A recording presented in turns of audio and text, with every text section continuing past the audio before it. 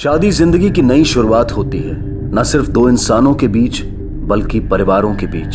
शादी अनजान लोगों को एक दूसरे की सबसे करीबी और अहम बना देती है, पर शायद इस शादी की और इससे जुड़े लोगों की नियति कुछ और ही है, क्योंकि यहाँ जो घट रहा है वो कल्पना से भी परे है। किसी को जेल की सलाखें मिल रही हैं और किसी की खूबसूरती दुनिया में सबसे कुरूप साबित होती दिख रही है। ये किस्मत का लेखा नहीं बल्कि कर्मों का फल है, और वो बुरे कर्म शायद किसी एक ही के हैं जिससे बाकी की सारी जिंदगियां भी तहस नहस होने को मजबूर हैं। हे बघा शुक्राओ, अगर सुप्रिया किसी भी कारण से ये शादी तोड़ना चाहती है तो हम आपको 1 लाख रुपए देंगे। अगर विजय किसी भी कारण से ये शादी तोड़ना चाहता है तो आपको हमें 21 लाख रुपए देने होंगे। इसलिए हम ये MOU बना रहे हैं। बोला आहे ना मंजूर?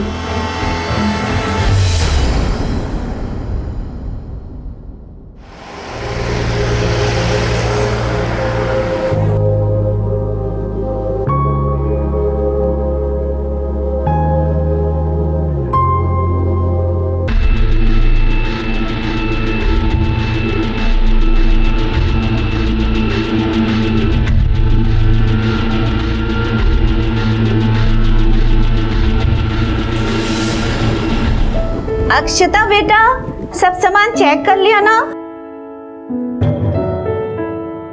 अरे कितनी बार चेक करोगी? चला लवकर आवरा, मुहूर्त का वक्त निकल जा रहा है।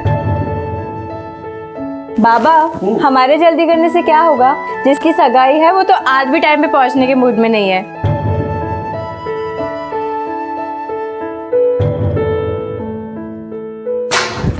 आज मेरे यार की शादी है, आज मेरे यार की शादी है। कहता है फिल्मी, तू भूल गया था ना? अरे मेरी जान, तुझे कैसे भूल सकता हूँ? अरे यार, ट्रेन ही लेट आई, फिर हैदराबाद से मुंबई, फिर बाय रोड, और गाड़ी चलाते हुए नहीं भगाते हुए आया हूँ। अच्छी बात है, आया तो सही। चला लवकर, उशीर होता है। हाँ, कब से कह रहा हूँ तैयार हो, तैयार ही नहीं हो रहा है। चलो चलो चलो चलो जल्दी जल्दी।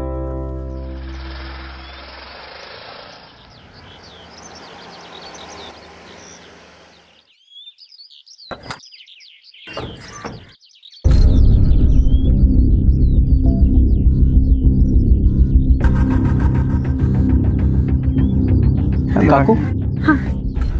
ये किसका घर है?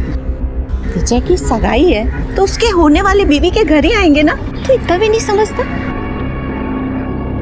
चले चला अंदर। तो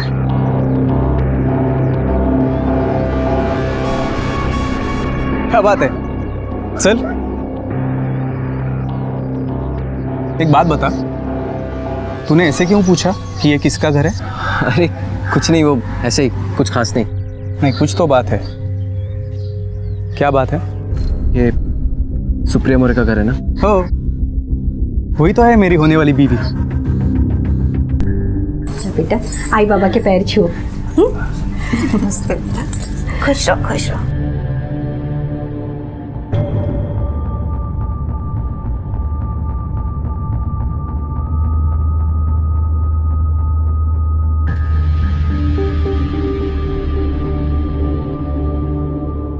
अब तो सुप्रिया भी आ गई है, विजय को बुला लीजिए। यार, मैं भी एक सुप्रिया को जानता हूँ और मुझे लगता है वो यही है। जानता है मतलब? और जानता है तो अच्छी बात है ना? अरे यार, मैं तुझे कैसे बताऊं कि मैं उसे कैसे और क्यों जानता हूं? देख विजय, मैं पक्का नहीं बोल सकता, पर मुझे लगता है कि वही लड़की है जिसके साथ मैंने। क्या किया तूने? 1 मिनट रुक, मैं उस लड़की को फोन करता हूँ। अगर इसने वो फोन उठाया, इसका मतलब ये वही लड़की है। नहीं, सुप्रिया का नंबर मुझे मालूम है, तू नंबर दिखा। ये देख,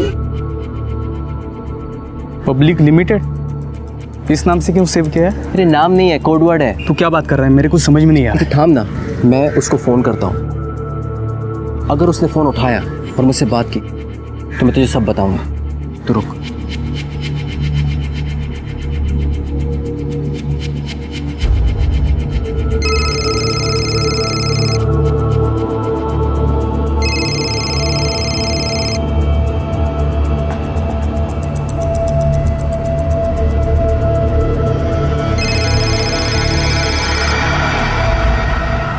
नाम नहीं आ रहा है, किसी नंबर से है, किसी बैंकर का है।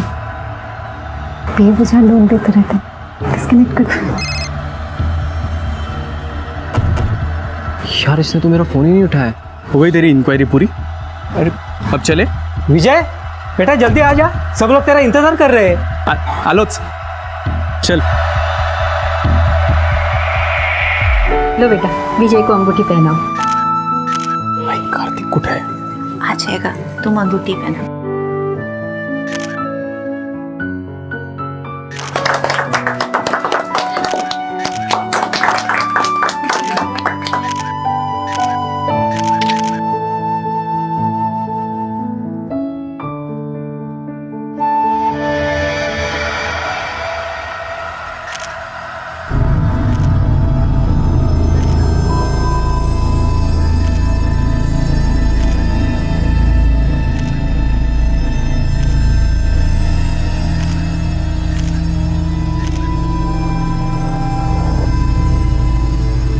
आओ, तुम्हें किसी से मिला था।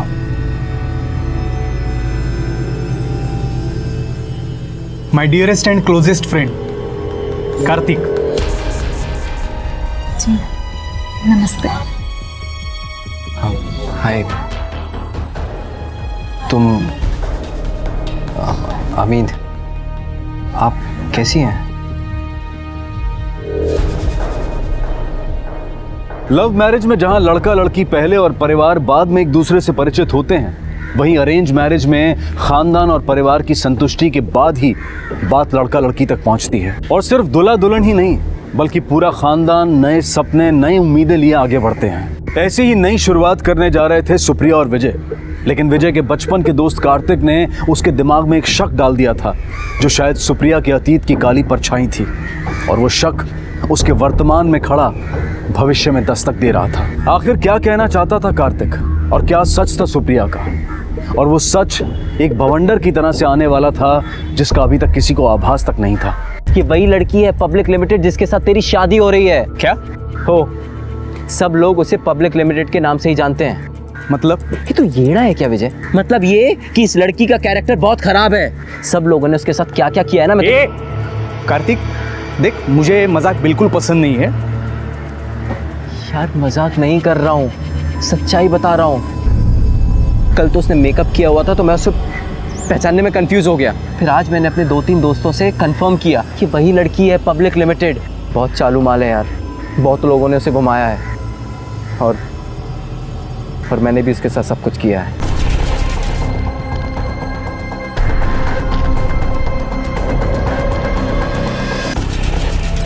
झूठ नहीं बोल रहा है यार, बचपन की दोस्ती की कसम। 2 साल पहले जब मैं हैदराबाद से वापस कोल्हापुर आया था तो मेरे कुछ दोस्तों ने मुझे उसके बारे में बताया। बहुत ही लालची लड़की है, महंगे महंगे गिफ्ट दो और जो चाहे ले लो, लड़की बुलाने से सस्ती पड़ती है। मग मी तिला फ़ोन केला, 4-5 हज़ार का गिफ्ट दिया, पूरे 2 हफ्ते ऐश की। कार्तिक यार, कार्तिक तेरी तो शादी हो चुकी है, तेरी बीवी को मालूम नहीं पड़ा? मेरी बीवी हैदराबाद में है, यहाँ क्या हो रहा है उसे क्या पता? नहीं, मैं कैसे यकीन करूं? कुछ सबूत दे। तू मेरे से सबूत मांग रहा है? चल देता हूँ तेरे को सबूत, पर प्लीज भाई उससे शादी तोड़ दे, तेरा बहुत बुरा कट रहा है।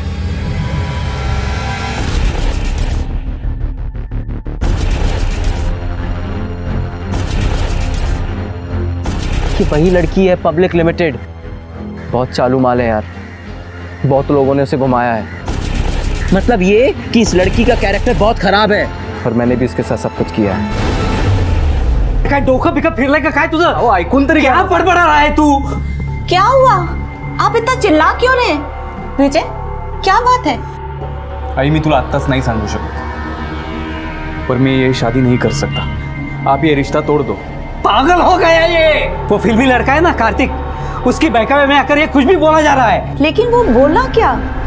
देख विजय, वो जो भी बोला है ना अपने दिमाग से निकाल दे, वरना बहुत पछताएंगे हम। शादी तोड़ने का मतलब जानता है ना तू? कहां से लाएंगे इतना पैसा?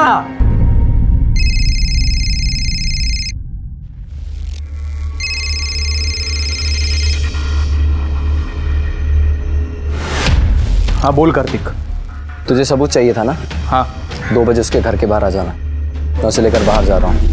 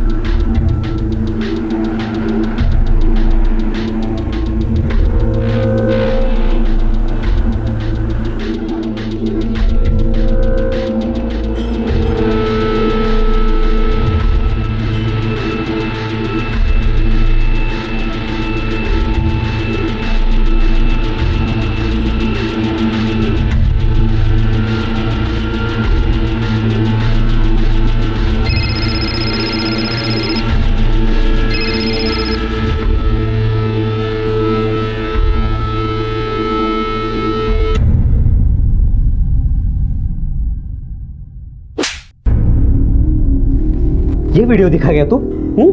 क्या साबित होगा इससे? ये वीडियो दिखा के तू अपनी शादी तोड़ेगा? देख विजय, मैं अभी तुझे बोलता हूँ, वो कार्तिक 1 नंबर का झूठा है, बेकार में तेरे मन में शक डाल रहा है। बाबा कार्तिक चाहे झूठा हो, पर यह सच है कि मैं सुप्रिया से शादी नहीं करूंगा। फिर जो चाहे हो जाए। ठीक है, तू ये शादी नहीं करना चाहता ना? जा 21 लाख लेके आ। जब भी उनको 21 लाख रुपए देंगे तभी शादी टूट सकती है ना? तुझे वैसे भी किसी की कोई पड़ी नहीं है, अक्षता की शादी की भी नहीं। उस कार्तिक की वजह से मैं अपना परिवार बर्बाद नहीं होने दूंगा। जा समझा दे उसे। सबूत देगा, सबूत देगा। ये सबूत दिया तूने? यार तू होटल तक गया था तो अंदर क्यों नहीं लेके गया उसको? तो क्या जबरदस्ती करता उसके साथ? मैंने तो होटल में रूम भी बुक किया था, पर हम जब वहाँ पहुंचे तो वो बोली 1st क्लास रूम बुक किया तुम्हारे लिए। आज नहीं, आज तबीयत कुछ ठीक नहीं। यार ऐसे क्या कर रही हो? तुम्हारी पसंद का गिफ्ट भी लिया है मैंने। प्लीज़ नेक्स्ट टाइम आज कहीं बैठ के कॉफ़ी पीते हैं। यार मला हे समझत नहीं कि तू सबूत के पीछे क्यों पड़ा? अंकल को सीधा सीधा जाके बोल कि तू शादी में इंटरेस्टेड नहीं है, बस बात खत्म। अरे नाही सांगू शकत यार तुला प्रॉब्लेम काय ते। क्या प्रॉब्लम है? वो अगर मैं ये शादी तोड़ता हूँ तो सुप्रिया की फैमिली को हमें 21 लाख देने पड़ेंगे। 21 लाख?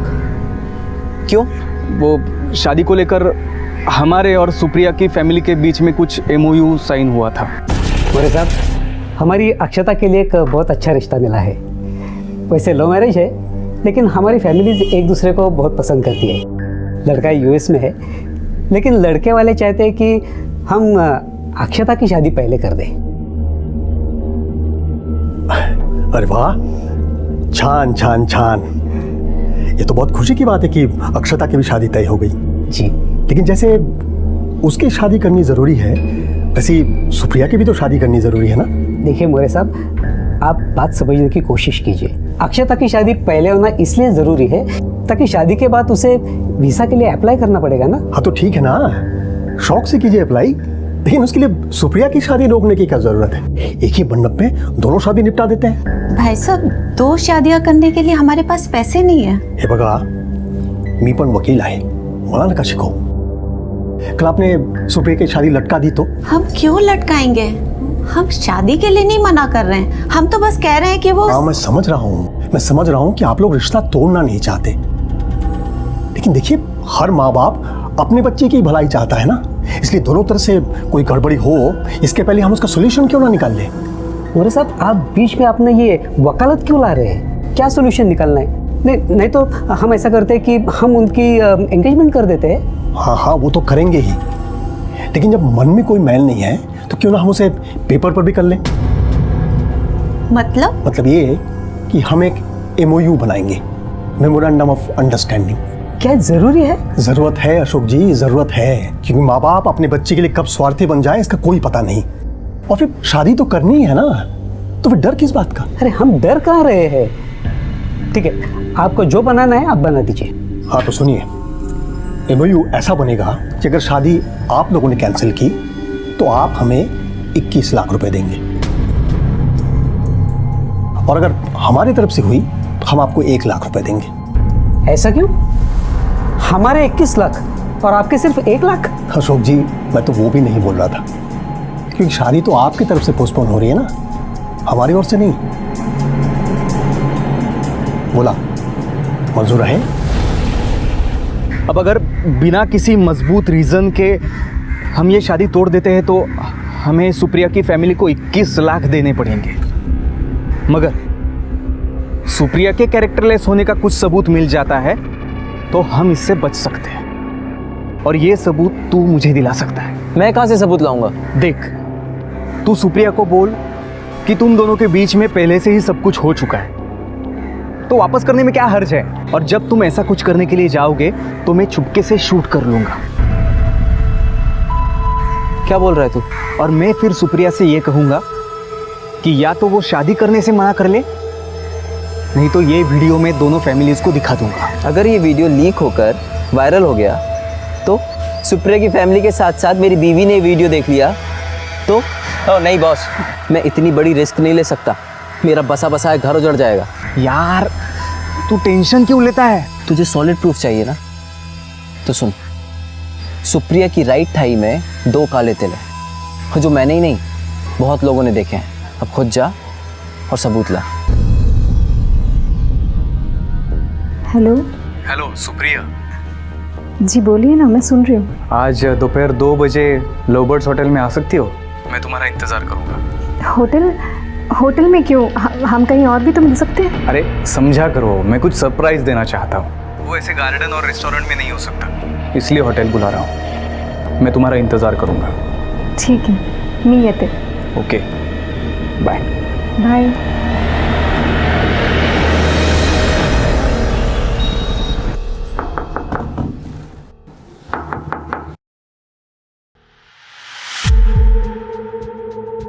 विजय, ये कहाँ बुलाया है तुमने मुझे? जानते हो जब आ रही थी तो सब लोग कैसी नजरों से देख रहे थे। तो तुम्हें उससे क्या फर्क पड़ता है? मतलब क्या बोल रहे हो ये? तुम्ही ने तो बुलाया ना मुझे यहाँ सरप्राइज देने के लिए। हाँ, सरप्राइज दिखाता हूँ, सरप्राइज।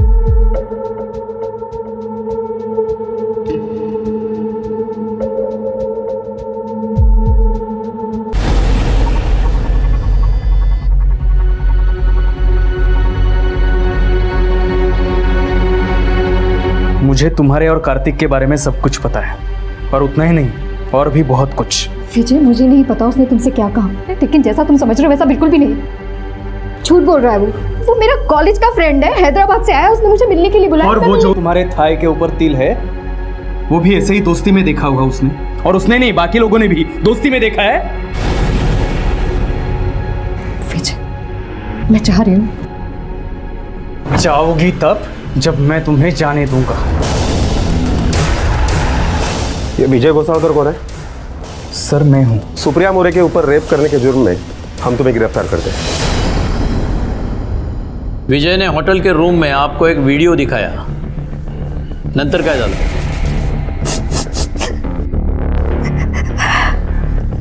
इंस्पेक्टर साहब, उसके साथ पूरी सख्ती से पेश आइएगा, कारण तो साधारण मानुस नहीं है, क्रिमिनल है, क्रिमिनल। घबरो नका, अगर उसने जुर्म किया है तो उसे सजा जरूर मिलेगी।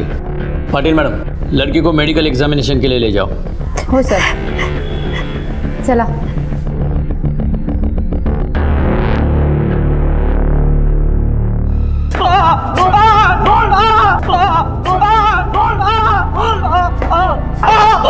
सर मेरा यकीन कीजिए सर, वो सुप्रिया झूठ बोल रही है सर, मैंने कोई रेप नहीं किया। चिल्लाने से कोई फायदा नहीं, सुप्रिया और उसके बाप ने सब डिटेल में बताया हमें, और तेरा सच हमें पता है। तिल देखने का बहुत शौक है ना तुझे?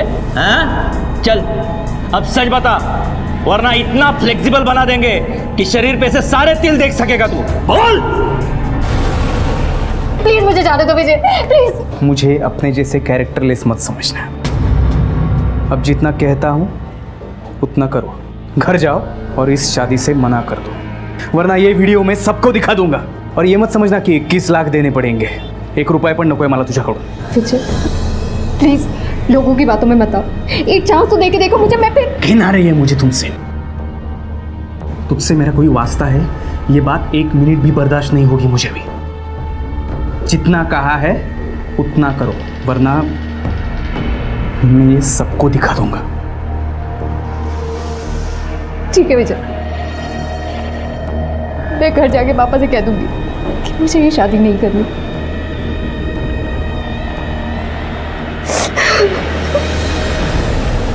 सर, सुप्रिया का मेरे दोस्त के साथ भी अफेयर था। मेरे दोस्त ने ही असलियत बताई थी सुप्रिया के बारे में। फिर हम दोनों ने मिलकर प्लान बनाया। मैं उनका वीडियो शूटिंग करूंगा और सुप्रिया के ऊपर प्रेशर डालूंगा कि वो शादी से मना कर दे। फिर हमारा वो प्लान फेल हो गया। तेरा वो प्लान फेल हो गया, इसलिए तूने ये तिल देखने का प्लान बनाया। ये तिल देखने का आइडिया आया कहाँ से? सर, वो भी मेरे दोस्त कार्तिक ने दिया था सर। ये कार्तिक तेरे सपोर्ट में बोलेगा? हाँ सर। राणे, कार्तिक को पुलिस स्टेशन बुलाओ। सर मुझे नहीं पता ये ऐसे क्यों बोल रहा है। हमने ऐसी कोई प्लानिंग नहीं की।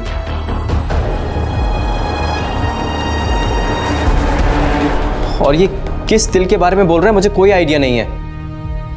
कार्तिक, तू? तो तू सुप्रिया से मिलने कॉफी शॉप क्यों गया था? सर, हम लोग कॉलेज के फ्रेंड्स हैं, आपस में अक्सर मिलते रहते थे। उस दिन उसने मुझे कुछ ब्यूटिशियन कोर्स से रिलेटेड इन्फॉर्मेशन देने के लिए बुलाया था।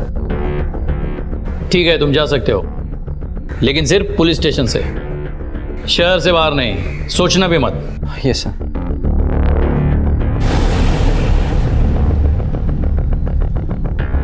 सर। सर मेरा बेटा झूठ नहीं बोलता। सुप्रिया की मेडिकल रिपोर्ट आने दो, सच अपने आप सामने आएगा। तब तक हम कुछ नहीं कर सकते, या फिर सुप्रिया कंप्लेंट वापस ले तो ही कुछ हो सकता है। इश्क और मुश्क छुपाए नहीं छुपते, और ऐसा ही कुछ स्वभाव बदनामी का भी है जो हवा से दुगनी गति से चलती है। और फिर विजय के पिता तो शहर के जाने माने लोगों में से थे। वो एक बड़े कॉलेज में केमिस्ट्री के लेक्चरर थे और शायद इसी का भुगतान कर रहे थे, क्योंकि लोकल न्यूज़पेपर और न्यूज़ चैनल विजय की खबर को बार बार दिखा और छाप रहे थे। क्या हुआ, तुम्हें इतने उदास?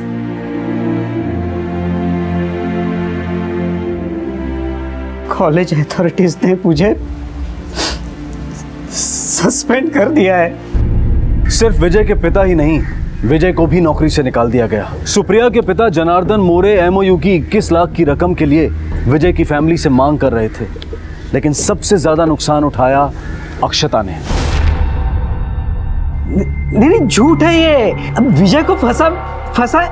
हेलो हेलो हेलो, अक्षता की ससुराल से फोन था, उन्होंने शादी तोड़ दी है। विजय की बेल कराने के लिए अशोक को एड़ी चोटी का जोर लगाना पड़ा, लेकिन फिर भी मुसीबतें सिर्फ यही नहीं थमी।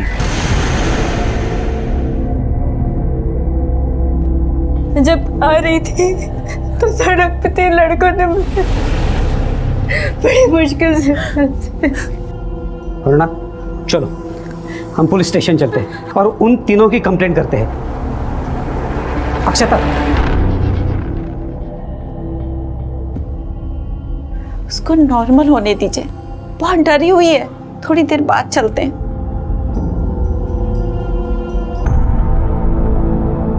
अक्षता, बेटा अक्षता, बेटा दरवाजा खोल, बेटा दरवाजा खोलो। अक्षता, अक्षता दरवाजा खोल, अक्षता, अक्षता दरवाजा खोल। क्या हुआ? पता नहीं, दरवाजा नहीं खोल रही है। अक्षता, अक्षता, खोल दे। अक्षता, अक्षता, अक्षता, अक्षता, दरवाजा खोल। अक्षता,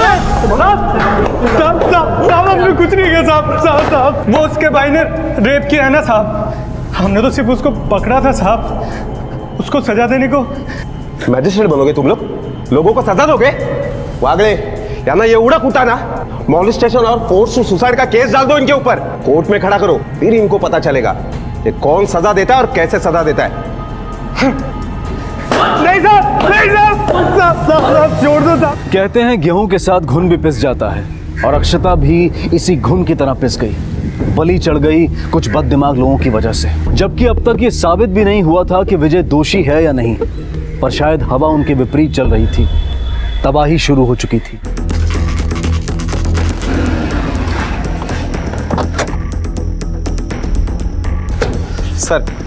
सर सुप्रिया की मेडिकल रिपोर्ट आ गई है और उसके मुताबिक सुप्रिया के साथ कोई बलात्कार नहीं हुआ है। इसका मतलब विजय नहीं, सुप्रिया झूठ बोल रही है। राणे, विजय को छोड़ दो। सर मुझे लगता है हमें सुप्रिया के खिलाफ पुलिस को गुमराह करने और झूठी कंप्लेन दर्ज करवाने के जुर्म में कार्रवाई करनी चाहिए। राणे, सुप्रिया का बाप वकील है ना, अब उसे पता चलेगा पुलिस से झूठ बोलने की और गुमराह करने की कीमत क्या चुकानी पड़ती है। लेकिन एक बात मेरे समझ में नहीं आई, अगर ये विजय सच बोल रहा है तो उसके दोस्त कार्तिक ने उसका साथ क्यों नहीं दिया? विजय विजय विजय मेरी बात सुन। विजय मेरी बात सुन। विजय साले दोस्त बनते था तू मेरा, दोस्त बनता था तू मेरा। क्यों किया तूने ऐसे? तुम्हारी वजह से मेरा पूरा घर बर्बाद हो गया, सब टूट गया, बर्बाद हो गया। यार मेरे पास कोई चारा नहीं था यार।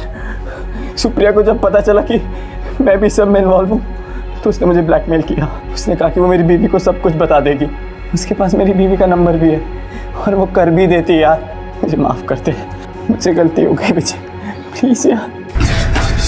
तेरी किसी भी बात पे मुझे भरोसा नहीं रहा, और वो सुप्रिया, उसका तो मैं ये हाल करूंगा कि कहीं मुंह दिखाने के लायक नहीं बचेगी।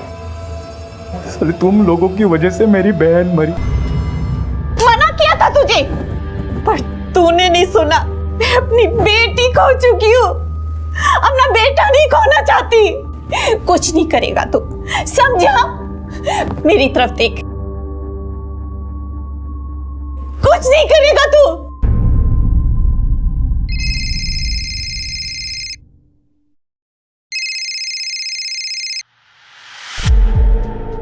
हेलो हेलो हेलो,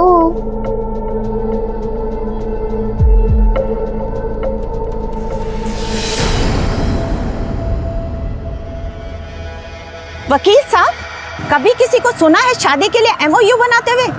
लेकिन आपको बनाना पड़ा क्योंकि आपको पता था आपकी बेटी घाट घाट का पानी पीकर बैठी है, इसीलिए आपको उसकी शादी की बहुत जल्दी थी। वो तो बहुत बड़ी बेशरम है ही, आप भी बहुत बड़े बेशरम हैं। तेरी बेटी को अपनी सूरत पे इतना घमंड है ना, एक दिन वो ऐसा टूटेगा कि देखते रह जाओगे, और वही उसकी बर्बादी का कारण होगा, समझे?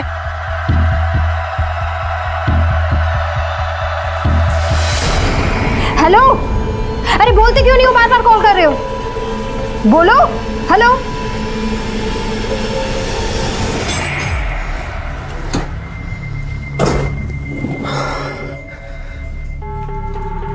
पापा, हे भगा, सुबह से किसी के भोली बनने का नाटक ना तो बाहर वालों को दिखा, मला नको सांगू।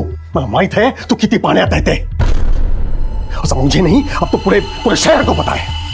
अपने शक्ल सूरत पर बहुत नाज है ना तुझे, बख्शील यही एक दिन तुझे ले डूबेगी। अब तक सिर्फ दूसरों के केस लड़ने के लिए मैं कोर्ट जाया करता था, लेकिन अब तो तेरी पैरवी करनी होगी। पुलिस ने रेप का झूठा इल्जाम लगाने पर मुकदमा दायर किया है, समझी तू? पूरे शहर में बदनामी हो रही है। अपना पाप ना तो खुद ही दो, मला नको सांगू।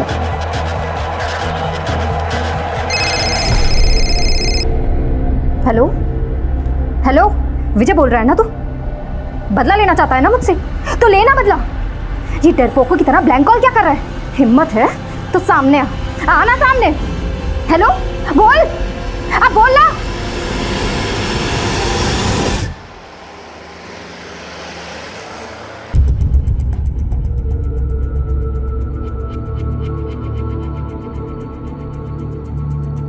कॉन्सेंट्रेटेड है ना, काम तो करेगा ना? अरे साहब जानलेवा है, हड्डी पिघला के पानी कर देगा।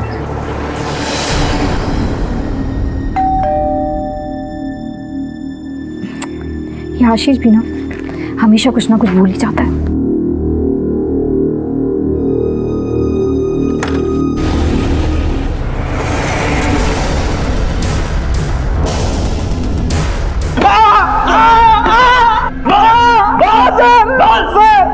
सर भी गया था वहां।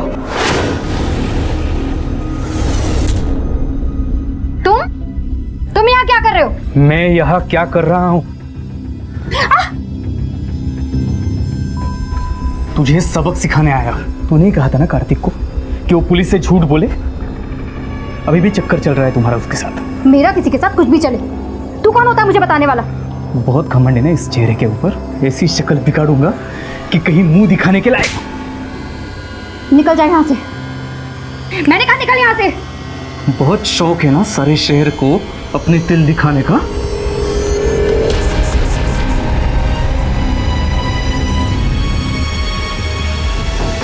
और मैं उसके ऊपर एसिड फेंकता है इससे पहले उसने मुझे घर से धक्के मारकर बाहर निकाल दिया। निकल यहाँ से और दोबारा अपनी शक्ल मत दिखाना यहाँ। सर वो बोतल मैंने वहीं पे फेंक दी और मैं निकल गया।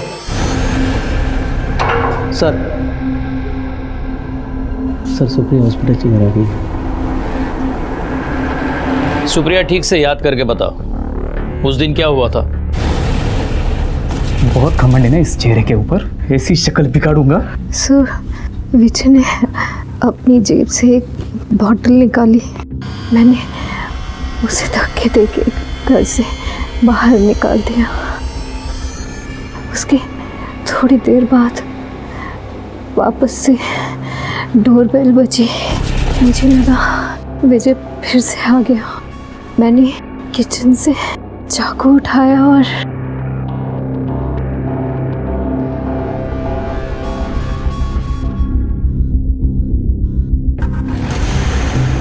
मतलब तुम देख नहीं पाई वो आदमी कौन था? सर वो विजय के अलावा और कौन हो सकता है?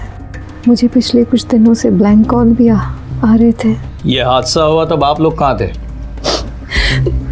सर यह हादसा हुआ तब मैं और इसके पापा किसी काम से बाहर गए हुए थे। कल तुमने मोरे के घर से कुछ चीखने चिल्लाने की आवाज़ सुनी थी? नहीं सर, और सर सुनाई भी देता फिर भी कुछ नहीं कर पाता मैं।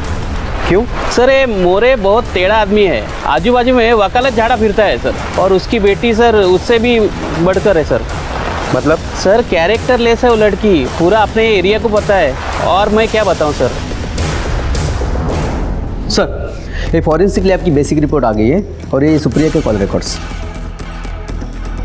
सुप्रिया पे जो एसिड फेंका गया वो 67% कॉन्सेंट्रेटेड हाइड्रोक्लोरिक एसिड है, इसीलिए उसे ज़्यादा नुकसान नहीं हुआ।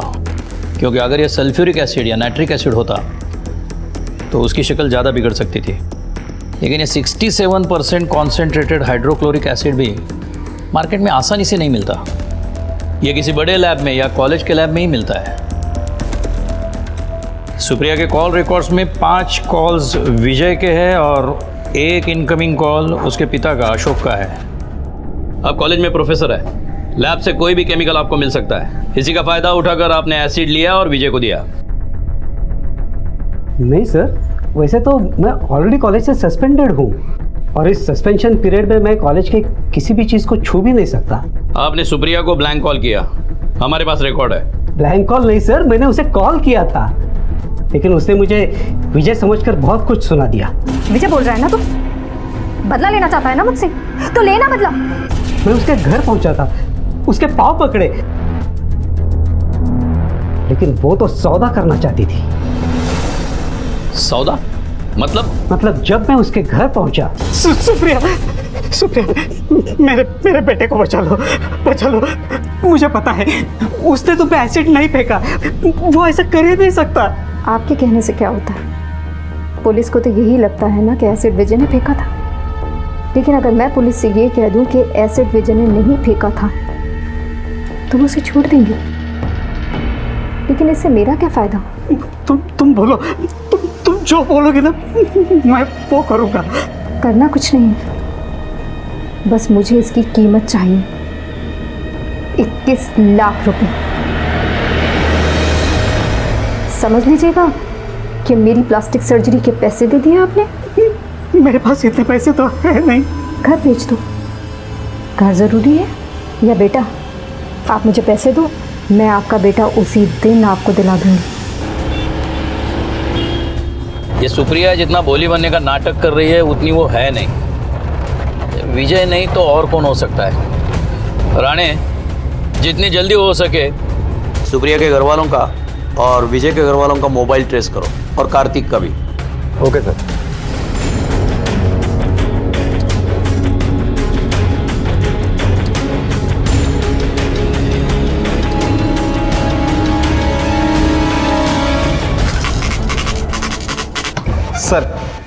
सर उस दिन सुप्रिया के माँ बाप का मोबाइल लोकेशन घर से काफी दूर था, लेकिन एक शख्स ऐसा है जिसका मोबाइल लोकेशन घर से काफी करीब था। कौन है वो? देखो, हम जानते हैं तुम्ही ने तुम्हारे बहन पे एसिड फेंका है। सिर्फ ये बताओ कि क्यों फेंका। नहीं सर, मैं भला अपनी बहन पर एसिड क्यों फेंकूंगा? वही तो पूछ रहे हैं, क्यों फेंका? आप चाहे तो सुप्रिया ताई से भी पूछ लीजिए, मैं उस टाइम क्लास में था। हमने तुम्हारे ट्यूशन सेंटर में इंक्वायरी की, तुम उस दिन गए ही नहीं थे, अपसेट थे।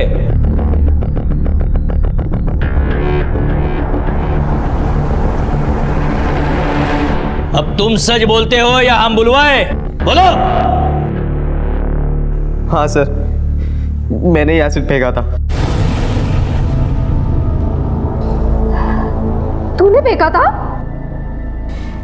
क्यों आशीष? मैं तो तेरी बहन हूं ना, मैंने तेरा क्या बिगाड़ा था? मैंने तो हमेशा इसे सबसे ज्यादा प्यार किया। बोल, क्यों किया तूने ऐसा? बोल। तुम्हारी हरकतों की वजह से पूरे कॉलेज में मजाक बनकर रह गया था मेरा, इसकी वजह से। हमारे कॉलेज के बाथरूम में इसके नाम के बाजू में पता नहीं क्या क्या लिखा रहता था, और कैसी कैसी ड्राइंग्स बनाई थी। हर किसी के मोबाइल में इसके गंदे गंदे फोटोज रहते थे, जो किसी ने फोटोशॉप करके बनाई थी। अरे मस्त वीडियो है ना? अरे हाँ यार, अरे अपने आशीष की बहन है। हाँ यार वही है, ये वो देख आशीष।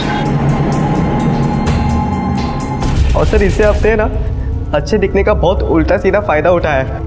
मुझे तो इसके सारे लफड़े पहले से ही मालूम थे सर, लेकिन मुझे लगा कि अभी शादी आते आते ही सुधर जाएगी, लेकिन नहीं, ये जैसी थी ये वैसी ही रही।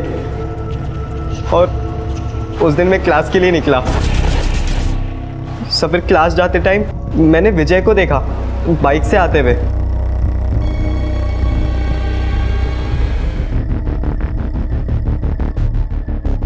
मुझे पता है कहाँ कहाँ मुंह काला करवाती फिरती है तू। मेरे घर पर खड़ा होकर मुझे ही धमकी देता है। मुझे पता है, तूने ही कहा था ना कार्तिक को, अभी भी चक्कर चल रहा है तुम्हारा उसके साथ। सब विजय भी उसे वही सुना रहा था जो मुझे मालूम था। विजय ने जो भी इसके कैरेक्टर के बारे में बोला ना, सब सही बोला। फिर अचानक विजय ने कार्तिक का नाम लिया, तब मैं समझ गया कि ये अभी भी नहीं सुधरी है। मैं कहती हूँ निकल यहाँ से, निकल यहाँ से, और दोबारा अपनी शक्ल मत दिखाना।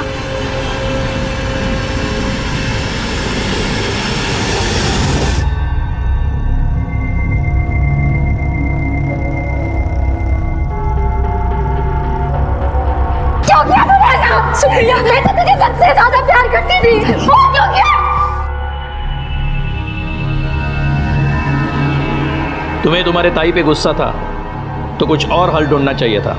इस तरीके से कुछ हासिल नहीं हुआ, सिर्फ तुम्हारी जिंदगी बर्बाद हुई। सुप्रिया का भाई आशीष अपनी बहन की वजह से हर जगह मजाक का पात्र बनता था, और उस मजाक का जवाब ना दे पाने की हालत में उसने अपना गुस्सा अपनी बहन पर ही निकाल दिया, अपनी बहन को बदसूरत बनाकर और अपने आप को अपराधी। विजय का परिवार तबाह हो गया, लेकिन बिना किसी बात के अगर किसी ने सबसे बड़ी कीमत चुकाई तो वो थी अक्षता। आशीष को सुप्रिया पर एसिड फेंकने के लिए सजा हुई, और सुप्रिया को भी झूठा रेप केस दायर करने के लिए दोषी पाया गया। सुंदरता तब तक सुंदर है जब तक इंसान का मन और उसका व्यवहार सुंदर है, और गुस्सा तब तक जायज है जब तक वो किसी को नुकसान ना पहुंचाए और कानून के दायरे में रहे। अब मैं अनूप सोनी आपसे विदा लेता हूं, फिर मुलाकात होगी अगले एपिसोड में जुर्म की एक और कहानी के साथ।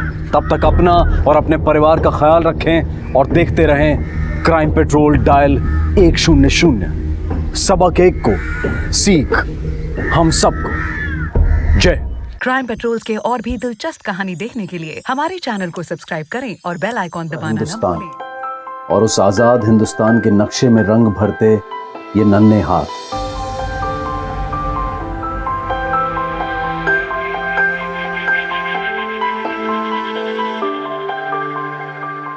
ये बच्चे सामान्य बच्चों से जरा अलग हैं। भेद करना नहीं जानते, बेहद खुश हैं अपनी दुनिया में। अपने माँ बाप को उतने ही प्यारे हैं जितना कि कोई भी सामान्य बच्चा।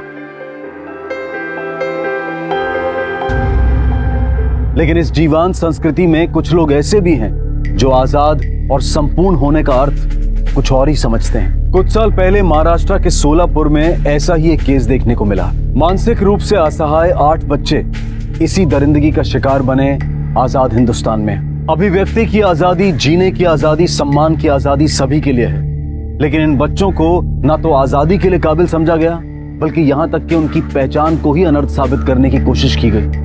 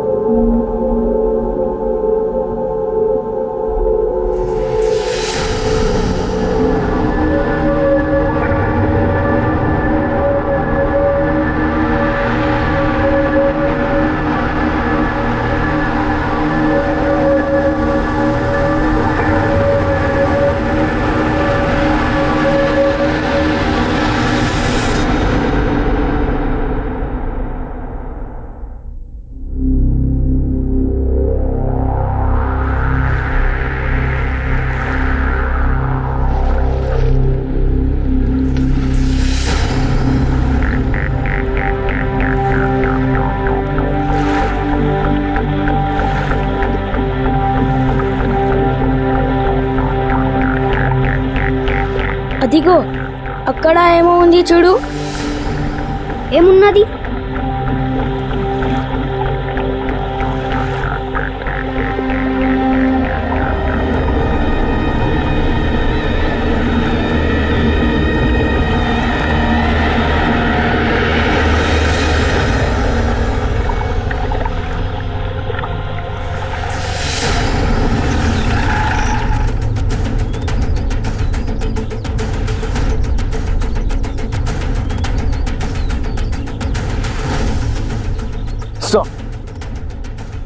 ఈ బాడీ 8-10 మధ్యాహ్న సంవత్సరాల పిల్లగాడిది.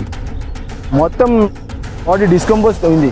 आंध्र प्रदेश के कुरनूल गांव की पुलिस को नदी में बहकर आई एक 10 साल के बच्चे की लाश मिली। लाश पूरी तरह से सड़ चुकी थी, जिससे वहां की पुलिस ने यह अंदाजा लगाया कि बच्चे की मौत 10 से 15 दिन पहले हुई है। बारिश की वजह से नदी की धारा तेज थी, जिससे पुलिस को यह भी अंदाजा हुआ कि लाश महाराष्ट्र से बहकर आंध्र प्रदेश तक पहुंच गई है।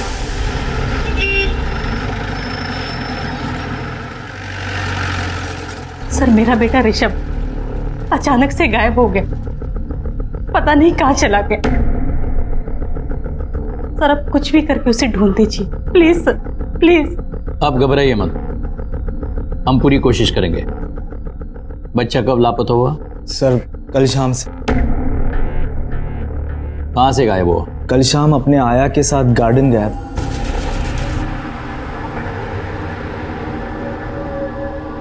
ऋषभ के इस आया का नाम क्या है? मनीषा सर। ऋषभ बाबा, आपको बुड्ढी के बाल चाहिए?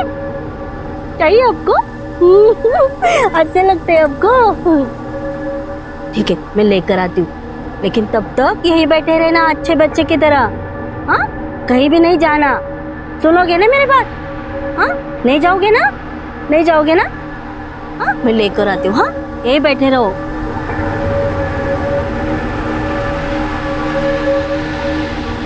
आपका बेटा मानसिक रूप से? जी सर, वो एक स्पेशल चाइल्ड है सर। सर, मेरा बेटा बहुत समझदार है। अगर मैं उसे एक बार कहीं बैठने के लिए कह दूं, तो वो तब तक वहां से नहीं हिलता जब तक मैं उससे ना कहूं। और फिर मनीषा के वापस आने तक वो खुद कहीं उठ के चला जाए, इसका तो सवाल ही पैदा नहीं होता। सर, हमने उसे हर जगह पे ढूंढा सर, पर वो कहीं नहीं मिला। फिरौती के लिए किसी का फोन आया था? जी नहीं सर। आपको किसी पे शक है जो ऐसा कर सकता हो? नहीं सर, ऐसा तो कोई नहीं है। ये केयरटेकर मनीषा? नहीं सर, मनीषा ऐसी औरत नहीं है। मैंने इसलिए पूछा क्योंकि मनीषा ही है जिसने उसे आखिरी बार देखा है। इसलिए उससे पूछताछ करना जरूरी है। कहाँ मिलेगी मनीषा?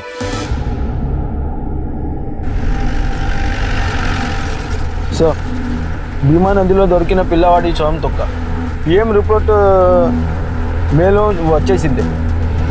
अब आंध्र प्रदेश पुलिस के पास उस बच्चे की पोस्टमार्टम रिपोर्ट आ चुकी थी, जिससे एक अहम बात सामने आई थी कि मरा हुआ बच्चा मानसिक रूप से असहाय था। बच्चे की मौत किसी पथरीली चीज पर सर पटकने से हुई थी और वहीं से पुलिस ने अपनी थ्योरी बनाई कि उस बच्चे से छुटकारा पाने के लिए उसके ही माँ बाप ने उसे मारकर नदी में फेंक दिया है। बच्चे निर्मल निश्चल भगवान का रूप होते हैं। उनकी भोली चालाकियों में भी मासूमियत होती है और शायद उनकी इसी मासूमियत को किसी की नजर लग गई थी। महाराष्ट्र के सोलापुर से 2 बच्चे गायब हुए थे और आंध्र प्रदेश के कुरनूल में एक की लाश मिली थी। क्या असलियत थी इन हादसों की? क्या इन तीनों हादसों का एक दूसरे से कोई ताल्लुक था? कोई क्यों इन मासूम बच्चों को अपना शिकार बना रहा था? चल नाटक बंद कर, बोल बच्चे के साथ क्या किया? कहाँ छुपा के रखा है या मार डाला उसे?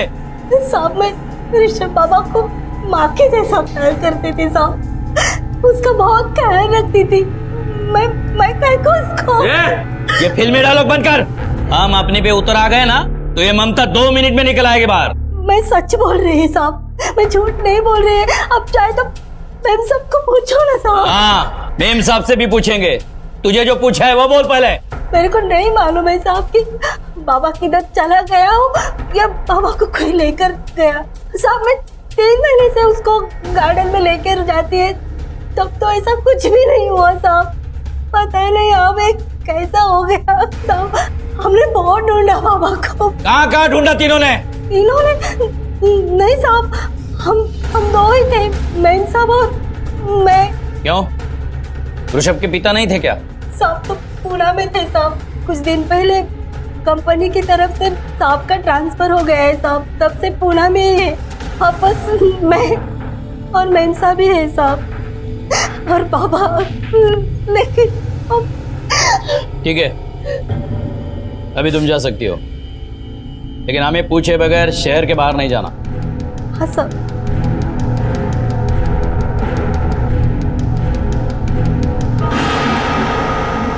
भोसले, अभय मोहिते के कंपनी से उसका पूरा बायोडेटा निकालो। ऋषभ जैसे बेटे की जिम्मेदारी होते हुए उसने ट्रांसफर एक्सेप्ट कैसे कर लिया? अभय मोहिते में कुछ गड़बड़ है। और एक बात, उसके पड़ोसियों से पूछताछ करो। हो सकता है जिसे हम घर के बाहर ढूंढ रहे हैं वो घर के अंदर हो। ओके सर, वो कुछ 5 साल पहले इस कॉम्प्लेक्स में रहने आए थे, तभी से मैं उन्हें जानता था। उन दोनों पति पत्नी के बीच में कभी कुछ झगड़ा ऋषभ को लेकर? हाँ सर, शुभांगी ने एक बार बताया था ऋषभ जब 3 साल का था तो अभय को दूसरा बच्चा चाहिए था, लेकिन वो डरती थी कि दूसरा बच्चा आने से ऋषभ की देखभाल में कुछ कमी ना रह जाए, इसलिए उन दोनों में हमेशा खटपट होती थी। हमें पता है आपको ऋषभ से प्रॉब्लम था, लेकिन और कोई तरीका नहीं बचा उससे दूर जाने का, तो आपने अपना ट्रांसफर करवा लिया पूना में। सर आप ये कैसी बातें कर रहे हैं? इन्होंने तो अपना ट्रांसफर रोकने की पूरी कोशिश की थी, पर कंपनी ने कोई ऑप्शन ही नहीं छोड़ा। मिस्टर अभय खरे है? हो सर, खरा है, मैंने बहुत कोशिश की, लेकिन हमने तो आपके कंपनी के मैनेजर से बात कर ली तो उसने कहा आप खुद आगे आए थे ट्रांसफर के लिए, बल्कि उसने तो एप्लीकेशन भी दिखाया आपने किया हुआ। अब है क्या ये सच है? अरे उस बेचारे को तो इतनी समझ भी नहीं है, उसका बाप कहलाने के लायक ही नहीं। मुझे नफरत है उसके बेचारेपन से, थक गया हूं मैं उसकी सेवा करते करते।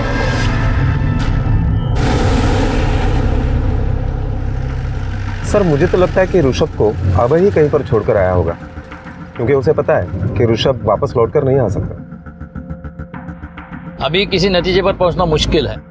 हाँ एक बात तय है कि अभय कुछ ना कुछ तो छुपा रहा है और उसका पता लगाने के लिए हमें उस पर नजर रखनी पड़ेगी।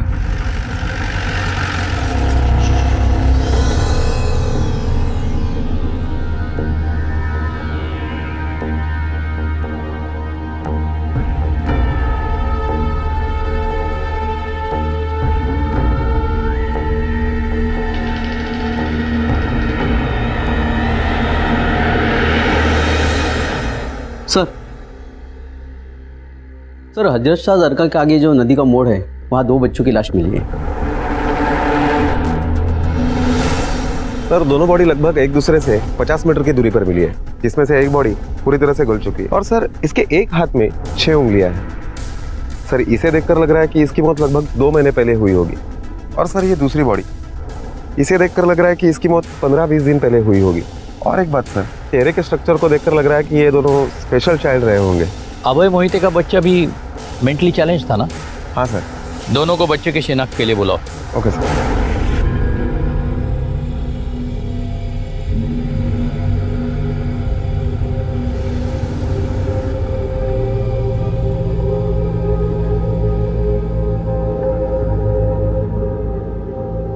नहीं, ये हमारा ऋषभ नहीं। नदी में 2 बच्चों की लाशें मिली है, एक ये और ये दूसरी पूरी तरह से गल चुकी है। उसके दाहिने हाथ में 6 उंगलियां है। नहीं सर, ये मेरा ऋषभ नहीं हो सकता। पर मेरा ऋषभ है कहाँ है मेरा बेटा ऋषभ? अगर उसे कुछ हो गया ना तो देख लेना।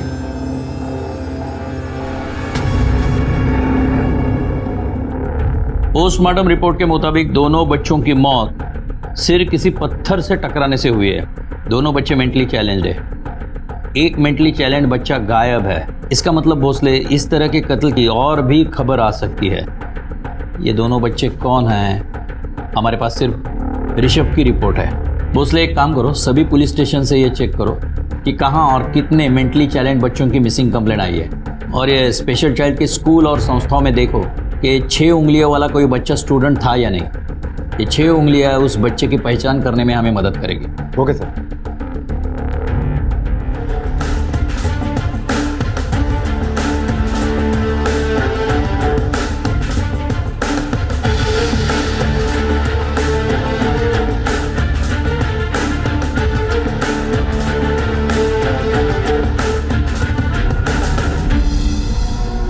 सर एक विद्या निकेतन नाम की संस्था है जो ऐसे मेंटली चैलेंज बच्चों के लिए काम करती है।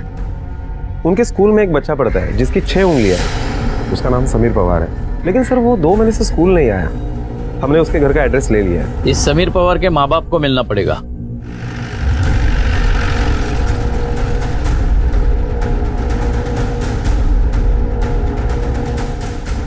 घर पे तो ताला लगा हुआ है। हाँ सर।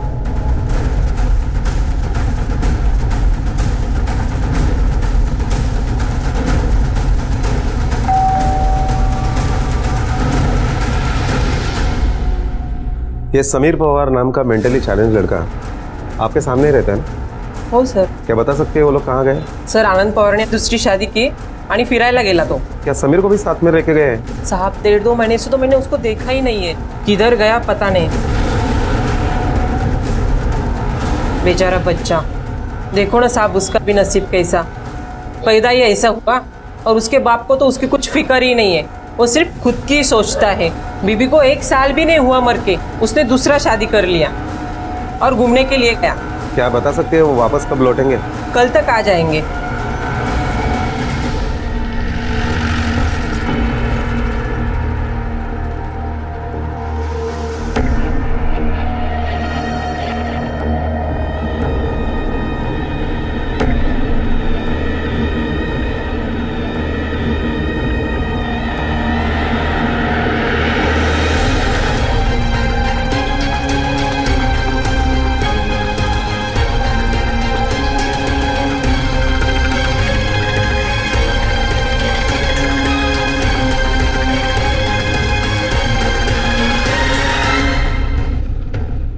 क्या बात है साहब, क्यों पीछा कर रहे हो? पीछा कर रहे क्यों पीछा कर रहे हो? क्या बात है साहब, क्यों मार रहे हैं मेरे को?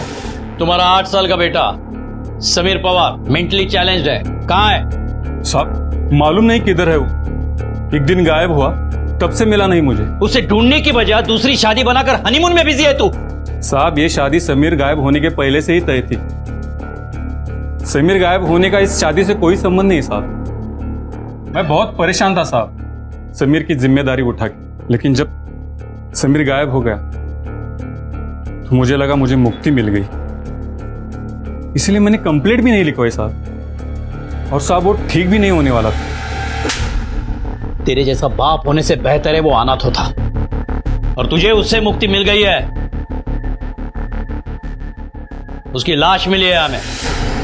अब तेरे बेटे का अंतिम संस्कार तू करेगा या उससे भी मुक्ति चाहिए? छुटकारा चाहिए तो बोल, हम करेंगे उसका अंतिम संस्कार, वो भी भरी हुई आंखों से।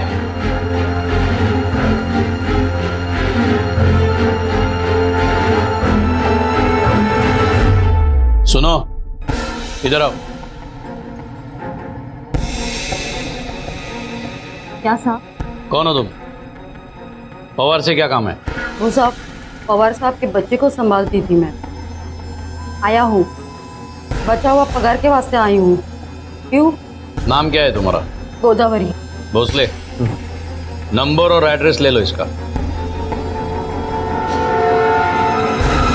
सर, हमने सोलापुर के सारे पुलिस स्टेशन में मेंटली चैलेंज बच्चों के मिसिंग कंप्लेंट के बारे में पता किया तो एक बात सामने आई कि सोलापुर के ही सिद्धेश्वर पेट के एक एरिया में एक बिजनेस पर्सन राजेश शिर्के ने अपने 8 साल के बेटे की मिसिंग कंप्लेंट दर्ज करवाई है।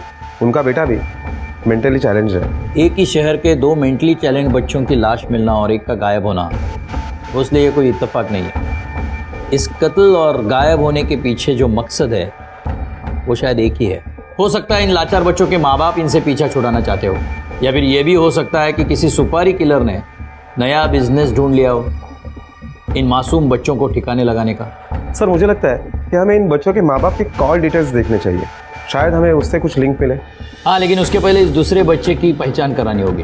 भोसले, राजेश शिर्के को बुलाओ इस दूसरे बच्चे की शिनाख्त के लिए। Okay sir.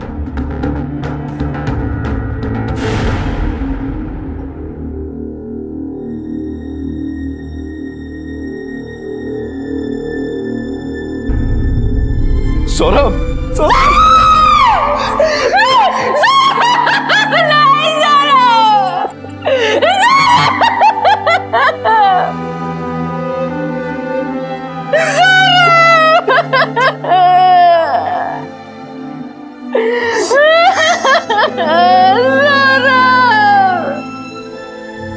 सर, बच्चों के माँ बाप के कॉल रिकॉर्ड्स आ गए।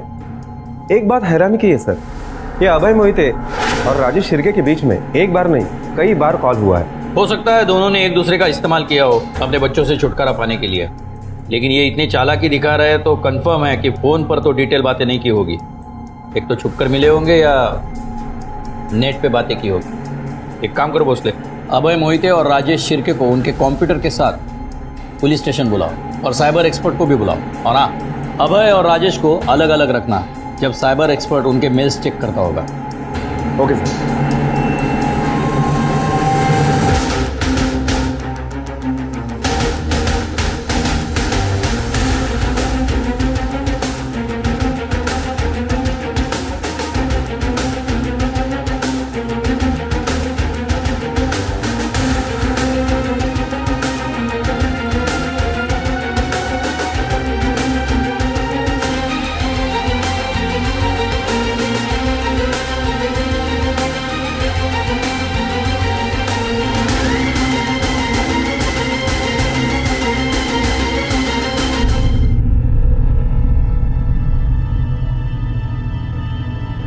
तुम राजेश शिर्के को जानते हो?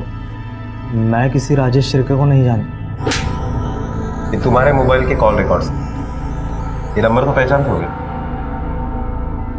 ये अभय मोहिते कौन है?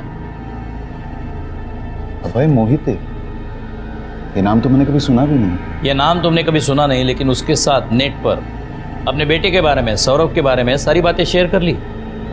सर, बिजनेस की वजह से मैं बहुत सारे लोगों को मिलता हूँ, उनसे बात करता हूँ, सबके नाम मुझे याद नहीं रहते। तो तुम अभय मोहिते को नहीं जानते? जी नहीं जानते। चलो मान लिया ये नंबर तुम नहीं जानते। अपने मोबाइल से ये नंबर डायल करो।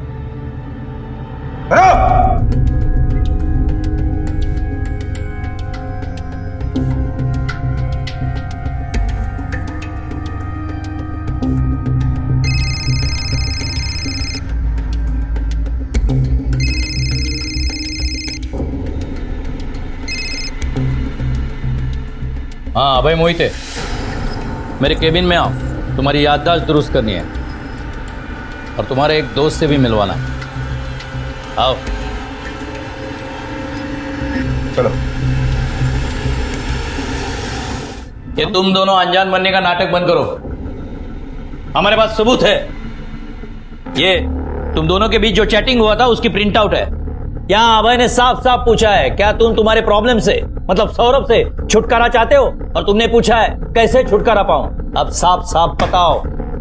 इंस्पेक्टर साहब, ऐसे चैट रूम्स में कोई अपना असली नाम लेकर नहीं आता, और मुझे सचमुच नहीं पता था कि मैं अभय मोहिते से, मतलब अगर ये अभय मोहिते है तो इनसे बात कर रहा हूँ।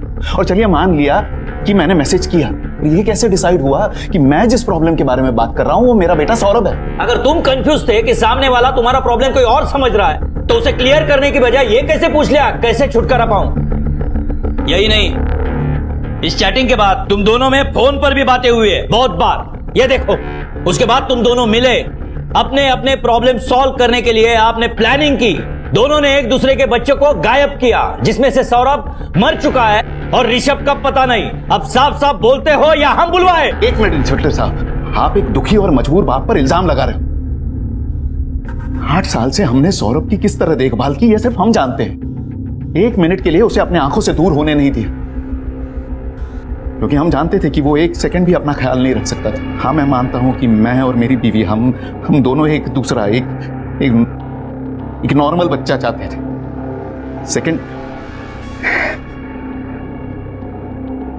सेकंड प्रेगनेंसी के वक्त 16th वीक में हमें पता चला कि हमारा दूसरा बच्चा भी नॉर्मल नहीं है। मेडिकल कंसेंट से हमने अबॉर्शन करवाया। सर, अब मेरी बीवी तीसरी बार प्रेग्नेंट है। हम दोनों सौरभ के दुख से बाहर नहीं निकले, और ना ही इस डर से कि हमारा तीसरा बच्चा भी पहले दोनों बच्चों की तरह ना हो। आप मुझे समझने के बजाय मुझ पर यह इल्जाम डाल रहे हो कि मैंने ही अपने बच्चे का कत्ल किया। आप अपना फेलियर हम दोनों पर क्यों थोप रहे हो? सर, मैं मानता हूं कि मैंने राजेश को फ़ोन किया था, पर तब मैं इनका नाम और कंडीशन नहीं जानता था। मुझे सिर्फ अपने सॉल्यूशन से मतलब था। जैसे मैंने अपना ट्रांसफ़र पुणे करवाया, वैसे ही ये भी खुद को दूर कर ले, ना कि अपने बच्चे को जान से मार दे। सर, सच कहता हूँ, आज से पहले मुझे इनका असली नाम तक पता नहीं था। कभी बताया ही नहीं, ना मेल में ना फ़ोन पर।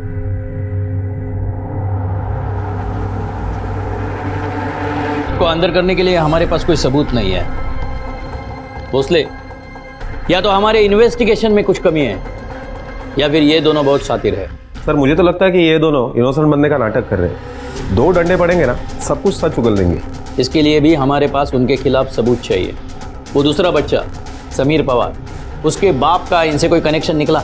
नहीं सर, हमने उसके भी सारे कॉल डिटेल्स और इंटरनेट हिस्ट्री निकलवाई, लेकिन इनके साथ उसका कोई कनेक्शन नहीं निकला। इन दोनों मर्डर्स को लेकर मेरा ऐसा यकीन है ये यहीं पे नहीं रुकने वाला। कुछ और बच्चे भी इसका शिकार होने वाले हैं, या फिर हो चुके हैं।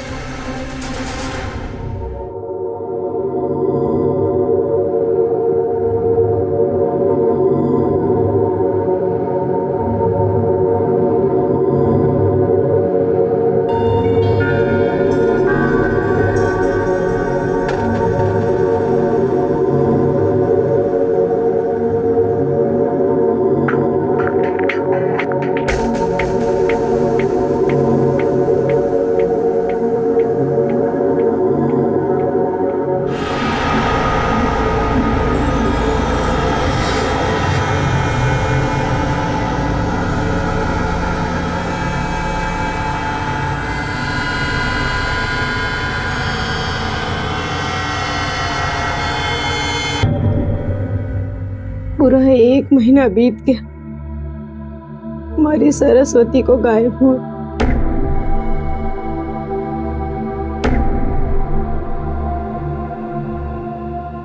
और तुम पर तो कोई फर्क ही नहीं पड़ता ना। मुझे तो ये भी नहीं मालूम कि मैं खुश हूं या दुखी। बस इतना जानता हूं कि खाने वाला एक मुंह कम हुआ। कैसे पालते थे उसे, तू बस इतना समझ ले कि वो जहां भी होए खुश रहे। भगवान ने तुम्हें माँ का दिल नहीं दिया ना,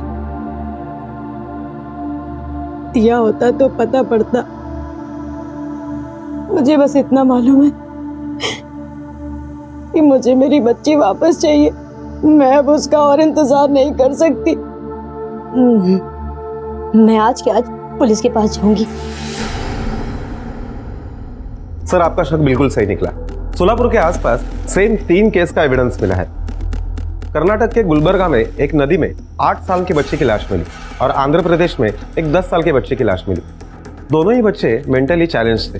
दोनों ही स्टेट में किसी ने भी मेंटली चैलेंज बच्चे की मिसिंग कंप्लेंट नहीं लिखवाई थी, इसलिए पुलिस ने ही उनका अंतिम संस्कार किया। और सर, उजनी नदी के डैम एरिया में एक एनजीओ ने मेंटली चैलेंज बच्चे की मिसिंग कंप्लेंट लिखवाई। वो बच्चा अकेला था, कोई रिश्तेदार नहीं था, सड़कों पर घुमा करता था, इसलिए वही एनजीओ उसकी देखभाल करता था। इसका मतलब 7 मासूम बच्चे इस चुंगल में फंसे हैं। भोसले, आंध्र प्रदेश और कर्नाटक के पुलिस से कोऑर्डिनेट करो और नदी के एग्जैक्ट लोकेशन लो जहां ये डेड बॉडीज मिली है। Yes sir. और एक बात, मुझे महाराष्ट्र के सारे नदियों के मैप्स चाहिए। नदी के इस रूट में काफी कुछ छुपा हुआ होगा। पता नहीं कितने मासूम बच्चे शिकार हुए हैं और कितने होने बाकी है। Okay sir.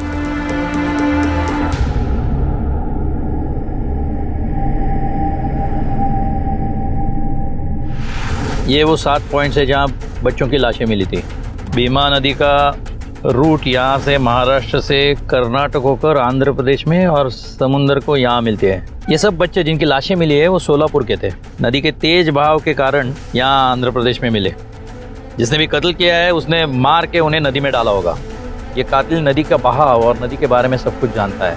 हमने इस केस से जुड़े हर शख्स से बात कर ली है, बस एक को छोड़ के।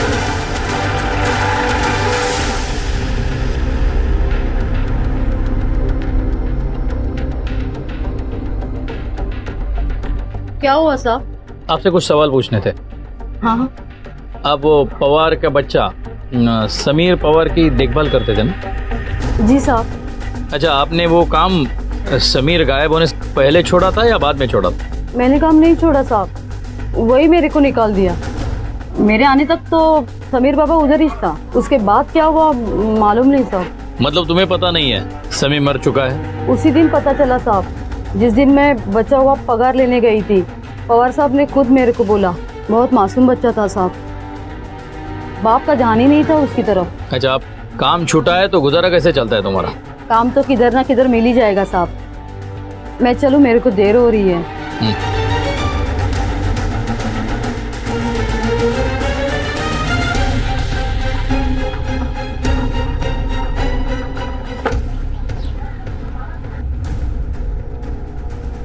तुम वो गोदावरी को कैसे जानती हो?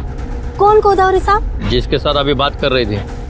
अच्छा, वो तय के बारे में पूछे? हाँ। वो मेरे को मोहिते साहब के यहाँ ऋषभ बाबा का आया का काम दिलाई थी। मतलब वो तब से पहचान है उसकी। वो यही काम करती है ना, मतलब औरतों को आया का काम दिलाती है और कमीशन लेती है। मतलब सोलापुर में जितने ऋषभ जैसे मेंटली चैलेंज बच्चे हैं उनके पास आया को ये गोदावरी बेचती है? हाँ साहब। ठीक है, जाओ तुम। हाँ।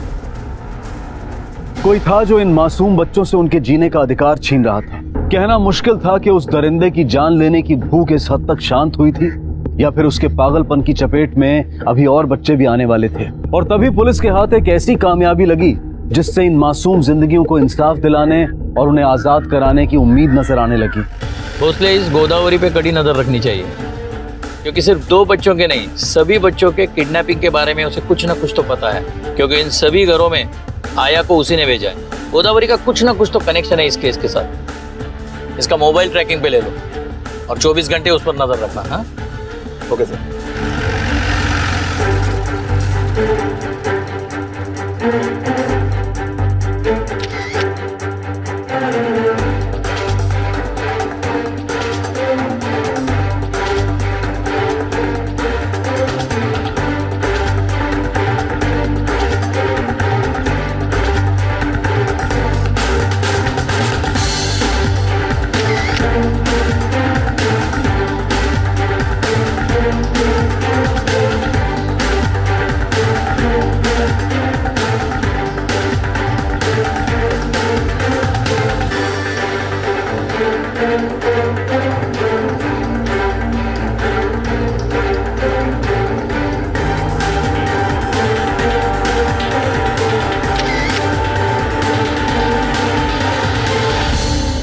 सर, बच्चों के बारे में गोदावरी को यही प्यून इन्फॉर्मेशन देता है।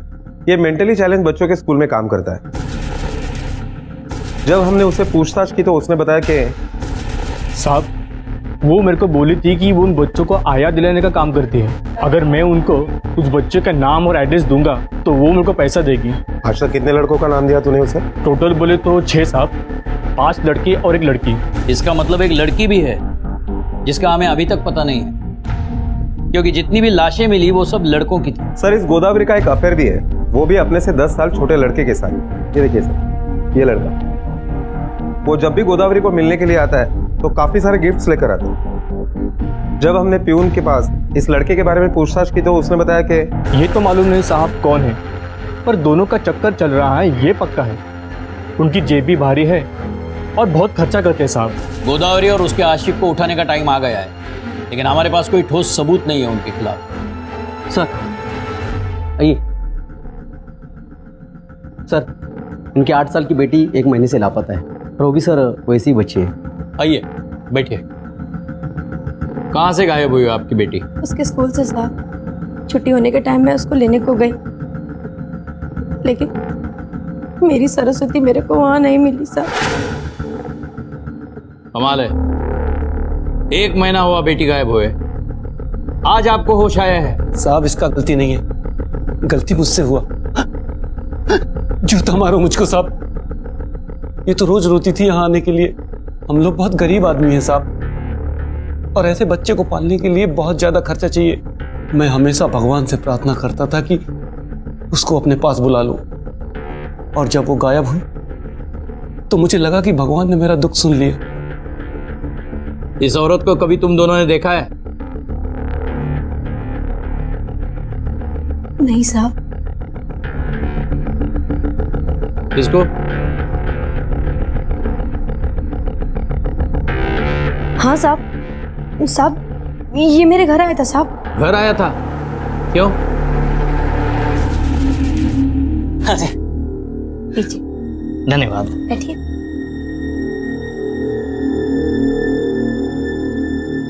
मेरा नाम अविनाश है, मैं एक एनजीओ में काम करता हूँ।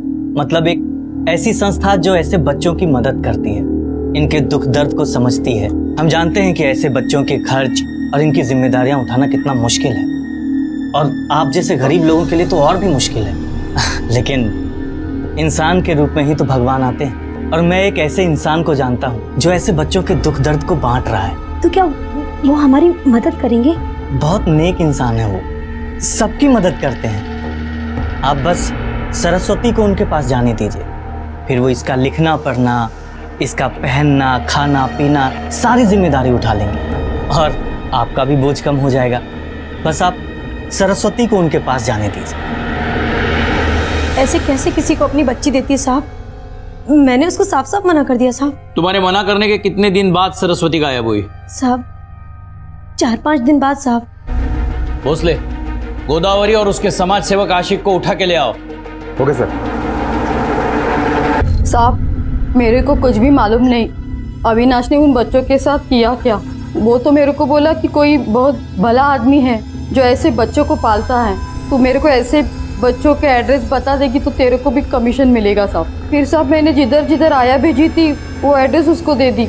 उसने और मांगा तो मैंने स्कूल के प्यून को पटाई, फिर उसने मुझे वो एड्रेस देना शुरू किया, फिर मैं उसको देती थी साहब।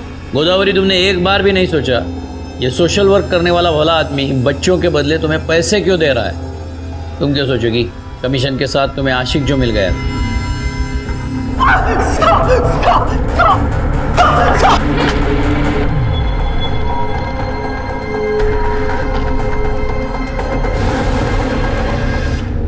खुद बोलेगा या हम बुलवाएं? भोसले। मैं बताता हूँ साहब, बताता हूँ। एक आदमी है साहब जिसे मेंटली चैलेंज्ड बच्चे चाहिए थे, और मैं ऐसे बच्चे किडनैप करके उसे देता था साहब, और उसके बदले वो बहुत अच्छे पैसे देता था साहब। कौन आदमी? नाम क्या है उसका? साहब नाम, एड्रेस, नंबर मुझे कुछ नहीं पता साहब। उसने अपनी पहचान मुझसे कभी नहीं बताई साहब। हर अमावस्या और पूर्णिमा से पहले मुझसे वो एक बच्चा लिया करता था साहब। उसे 7 लड़के चाहिए थे साहब। पिछले अमावस्या को मैं उसे एक लड़का नहीं दे पाया, कोई किडनैप करने के लिए नहीं मिला साहब। कल भी पूर्णिमा है, क्या कल के लिए भी तूने उसे कोई बच्चा दिया है? साहब उसे कुल 8 बच्चों की जरूरत थी। लास्ट पूर्णिमा के लिए उसे एक लड़की की जरूरत थी साहब, और मैं वो लड़की 1 महीने पहले उसे किडनैप करके दे दिया था साहब। मतलब सर, सरस्वती माँ ने अब तक जिंदा है? इससे पहले वो भेड़िया उस बच्ची को अपना शिकार बनाए, हमें उसे बचाना चाहिए। तूने देखा है ना उसे, कैसे दिखता है वो?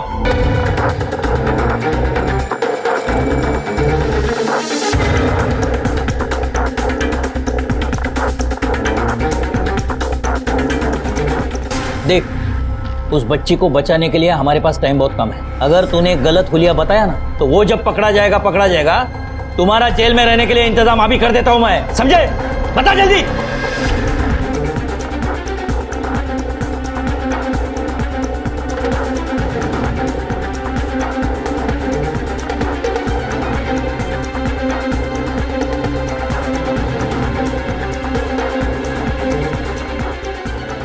ये जी साहब, यही है वो आदमी।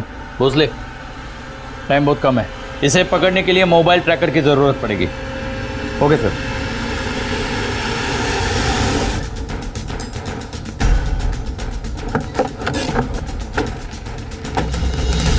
सिग्नल यहीं का दिखाई दे रहा है, यहाँ से करीबन 10 मीटर की दूरी पर। चल उठ जा। अरे उठना, अरे उठना, चल उठ। बहुत गहरी नींद में सोने वाली है तू आज। उठ उठ।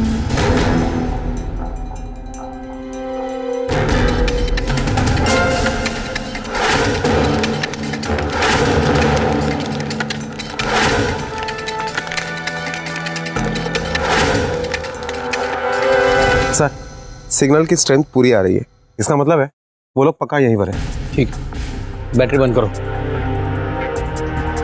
चलो।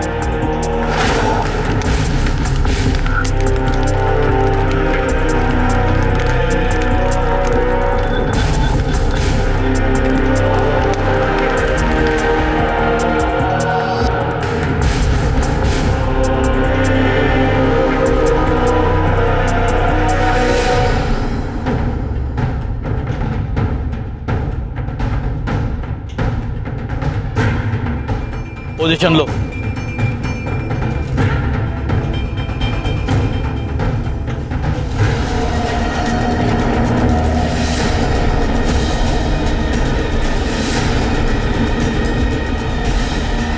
ले जाओ। जा खड़े रह।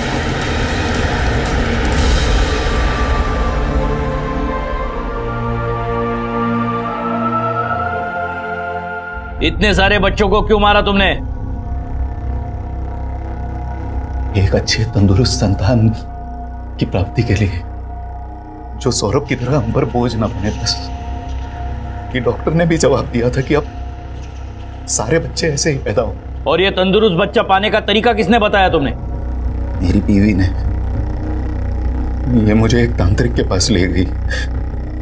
इसने कहा कि कोई पिछले जन्म का शाप है मुझ पर। उसने बताया कि अगर मैं 4 अमावस और 3 पूर्णिमा को एक ऐसे ही बच्चे की बलि दूं और 4थे पूर्णिमा को एक बच्ची की बलि चढ़ाऊं तो मैं शाप मुक्त हो जाऊंगा। हमें अच्छे और तंदुरुस्त बच्चे की प्राप्ति होगी।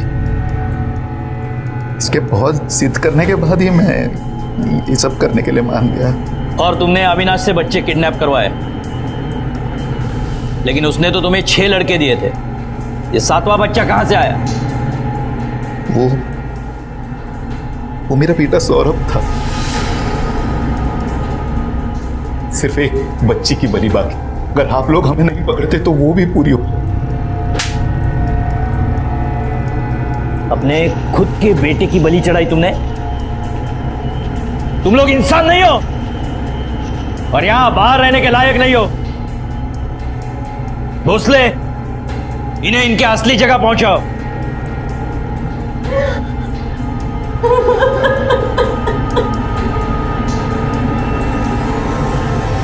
हमारे संविधान में हर नागरिक के पास समान अधिकार हैं, लेकिन जब भी कोई सामान्य से अलग दिखने वाला सामने आता है तो या तो मन में दया भाव उमड़ते हैं या फिर घिन आती है। सामान्य आदमी ऐसे लोगों पर समानता का अधिकार वर्जित समझता है और इसके परिणाम घातक होते हैं। इंसान अपने ही बच्चों को खा जाता है और जानवर से भी बदतर श्रेणी में पहुंच जाता है।